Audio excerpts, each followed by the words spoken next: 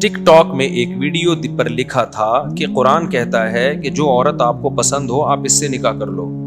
تو یہ بات قرآن سے واقعی ثابت ہے؟ آپ وضاحت کریں. قرآن کہتا ہے جو تمہیں پسند ہو ان سے نکاح کر لو، کہتا ہے قرآن. ٹک ٹاک پہ بعض دفعہ صحیح باتیں بھی لکھی ہوئی ہوتی ہیں، لیکن سوال پیدا ہوتا ہے وہ کیوں کرے گی آپ سے؟ پسند تو آپ کو ہر دوسری ویڈیو میں لڑکی آ رہی ہوتی ہے ٹک ٹاک پہ، تو دیکھتے ہی اس چکر میں تو اگلی تھوڑی کرے گی، اس کو تھوڑی آپ پسند آ رہے ہو. یہ تو بہت ہی خوش قسمت لوگ ہوتے ہیں جو کسی کو پسند کریں اور اتفاق سے وہ بھی ان کو پسند کر لے. ایک بات تو یہ قرآن میں واقعی یہ لکھا ہے ما طاب لکم من النساء، جو عورتیں تمہیں پسند آئیں ان سے نکاح کرو. ہم تو چیخ چیخ کے تھک گئے نا کہ دوستیاں مت کرو، گرل فرینڈ مت بناؤ اور چیٹنگ بیٹنگ مت کرو ان سے. تو ایک سیکنڈ یہ بات کمپلیٹ کرو پھر آپ. تو نکاح کرو ان سے. یہ تو اللہ تعالیٰ بھی کہتے ہیں، ہم بھی اللہ ہی کے کہنے کی وجہ سے چیخ چیخ کے تھک گئے بھائی کہ شادی کرو، شادی کو پروموٹ کرو. کیوں موت آتی ہے تمہیں شادی کرتے ہوئے؟ لیکن پسند کا مطلب کیا ہے یہ سمجھو. مولانا اشرف علی تھانوی رحمۃ اللہ علیہ جو تھے نا، بہت ہی خاندانی عالم تھے، بہت زبردست. ان کی کتابوں میں ایسی علمیت ہے، آپ بیان القرآن ان کا ترجمہ پڑھیں نا اور باقی ترجمے پڑھیں، آپ کہو گے یہ جو بیان القرآن کا ترجمہ ہے نا، یہ ایسا معلوم ہوتا ہے الہامی ہے. یہ ایسا معلوم ہوتا ہے کہ یہ کوئی اللہ کی مدد شامل حال تھی. بہت ساری ہم جب ترجمے دیکھتے ہیں نا تو عربی کا مفہوم اردو میں ادا کرنا بڑا مشکل ہوتا ہے مفسر کے لیے، بڑا مشکل ہوتا ہے. مولوی تھانوی رحمۃ اللہ علیہ کا علم بھی تھا اور اللہ نے جو ان کی جو سینس تھی نا وہ بہت زیادہ تھی. یہ اس وقت کے لوگ بھی گواہی دیتے تھے. ان سے مشکل سوال، آئی کیو لیول بہت ہائی تھا ان کا.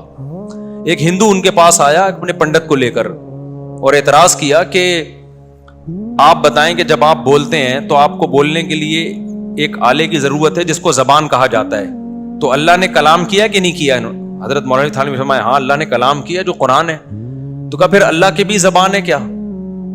زبان کے بغیر تو کلام ہو نہیں سکتا.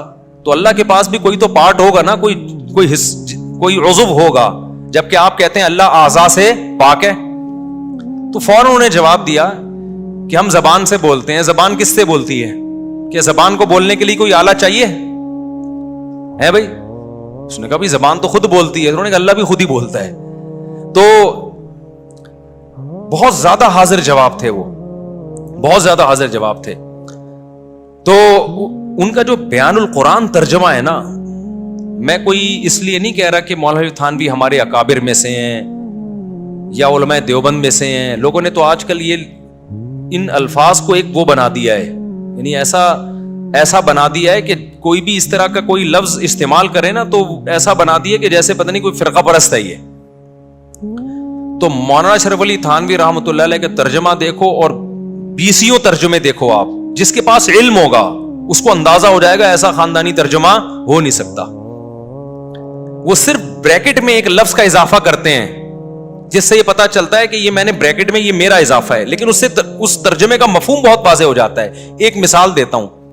قرآن مجید کی آیت ہے وَوَجَدَكَ ضَالًّا فَهَدَىٰ، یہ ہے ضالًا کا مطلب اردو میں گمراہی. ضالًا کا مطلب کیا ہے؟ ضال کہتے ہیں گمراہ کو نا. تو قرآن کہتا ہے وَوَجَدَكَ ضَالًّا، اے نبی ہم نے آپ کو ضال پایا، فَهَدَىٰ ہدایت دے دی. ہم نے آپ کو ضال پایا اور پھر ہم نے آپ کو کیا دے دی؟ ہدایت دے دی. اب عربی میں جو ضال ہے نا وہ والا نہیں ہے جو اردو میں جس کو ہم گمراہ کہتے ہیں. عربی میں اس کا مفہوم کیا ہے؟ اب یہ ادا کرنا اردو میں بڑا مشکل کام ہے. جس کو عربی میں بھی مہارت ہو، اردو میں بھی مہارت ہو. تو نبی تو کبھی بھی گمراہ نہیں ہوئے، نبوت سے پہلے بھی آپ صلی اللہ علیہ وسلم ہدایت پر ہی تھے. تو حکیم الامہ نے سب نے اس کا ترجمہ جو کیا نا، اس ہر ترجمے میں اشکال ہوتا ہے کہ یار یہ وہ بات ایکسپلین ہو نہیں پائی ہے.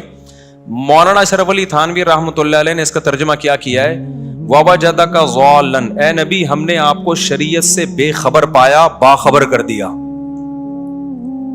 کیونکہ وہاں ضلالت جو ہے نا گمراہی، اس کا مفہوم وہ گمراہی نہیں ہے جو عام سینس میں.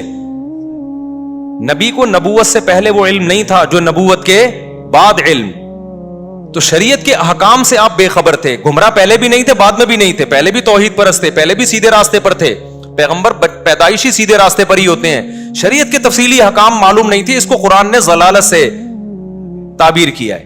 اور ہدایت کا مطلب وہ نہیں جو کسی کافر کو یا کسی گنہگار کو ہدایت ملتی ہے وہ توبہ کرتا ہے. یہاں ہدایت کا مطلب کیا ہے کہ اور یعنی جو تفصیلی احکام ہے نا شریعت کے, جو آپ کو معلوم نہیں تھے وہ بتا دیے. تو ایسا خاندانی ہر جگہ ایسا ہی آیتوں میں, اے نبی ہم نے آپ کو شریعت سے بے خبر پایا باخبر کر دیا. کتنے دو لفظوں میں وہ سمندر کو کوزے میں سمیٹ دیا. تو ہر جگہ یہی ہوتا ہے.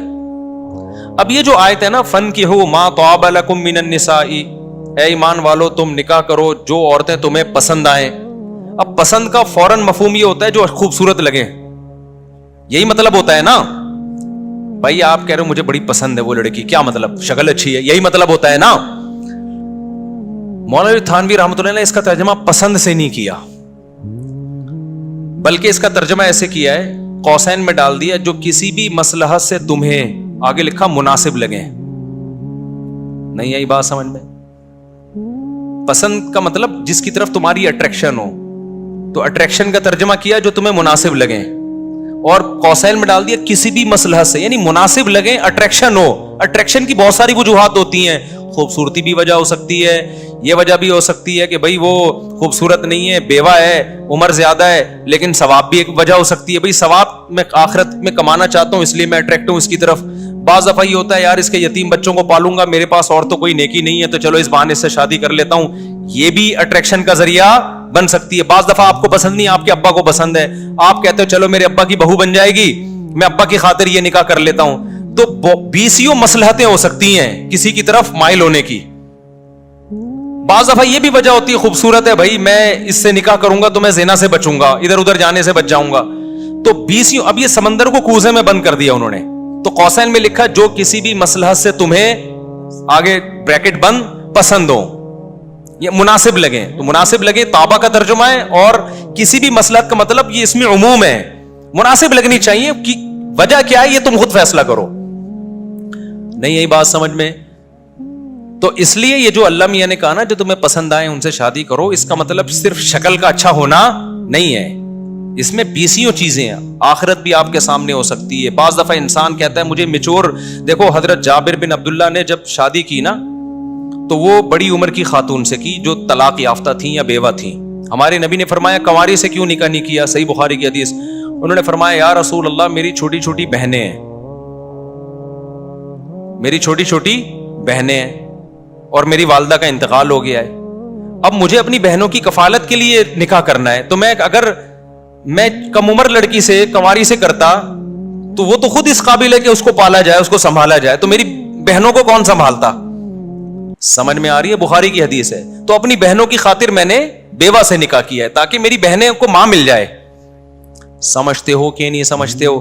تو وہ بھی ما طاب لکم من النساء میں شامل تھیں. حضرت جابر کی اٹریکشن ان کی طرف اس بیس پہ نہیں ہو رہی کہ وہ بہت خوبصورت ہیں یا کم عمر ہیں, بلکہ اس بیس پہ ہو رہی ہے بھائی میرا سب سے بڑا مسئلہ یہ کہ میری چھوٹی چھوٹی بہنوں کو کوئی پالنے والی خاتون گھر میں مل جائے, تو وہ میچور عورت ہی پال سکتی ہے, تو وہ ما طابہ میں یعنی پسندیدہ عورتوں میں داخل ہیں. وہ سمجھتے ہو کہ نہیں سمجھتے؟ اس لیے میں جب ترجمہ پڑھتا ہوں نا تو بیان القرآن ہی پڑھتا ہوں, اس کے علاوہ کوئی ترجمہ نہیں پڑھتا, اور اس میں ٹو دا پوائنٹ بات ہے, صرف قرآن حل ہوتا ہے اس میں, ادھر ادھر نہیں جاتے. مولانا تھانوی رحمۃ اللہ علیہ کی عادت ہے, بعض تفسیروں میں ایسا ہوتا ہے نا کہ اردو تفسیروں میں بھی اللہ کی بات کم ہوتی ہے, جو مفسر ہے نا اس کی اپنی باتیں بہت زیادہ ہوتی ہیں.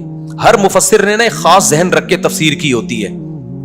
دیکھو یہ چیزیں علماء جانتے ہیں جن کو قرآن کا پتہ ہوتا ہے, ترجمے کا. عوام کو نہیں پتہ چلتا یہ فرق.